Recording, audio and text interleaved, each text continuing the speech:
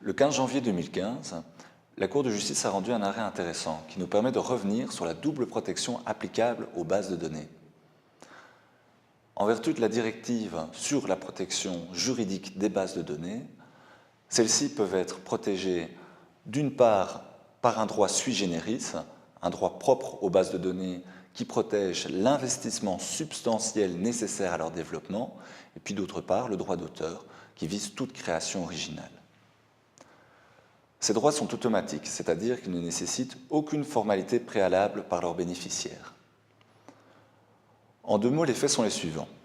La société PR Aviation exploite un site de comparateur de prix entre les compagnies aériennes low cost. Elle obtient cette donnée, notamment à partir d'un recueil de données couplé au site internet de la société Ryanair. Les conditions générales de Ryanair prévoient notamment une interdiction d'utiliser des systèmes automatisés ou des logiciels pour extraire des données du site internet à des fins commerciales, à moins d'une convention de licence écrite.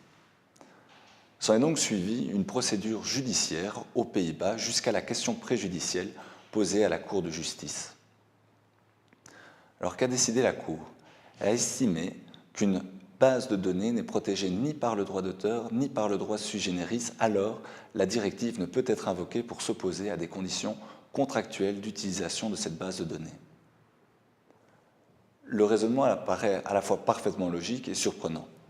En effet, les deux protections juridiques, le droit d'auteur et le droit sui generis, qui sont prévus par la directive, empêchent leurs bénéficiaires d'user de certaines protections contractuelles.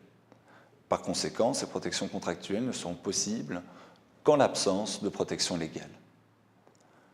Notre conseil, il est impossible d'écarter avec certitude les protections automatiques que sont le droit d'auteur et le droit sui generis.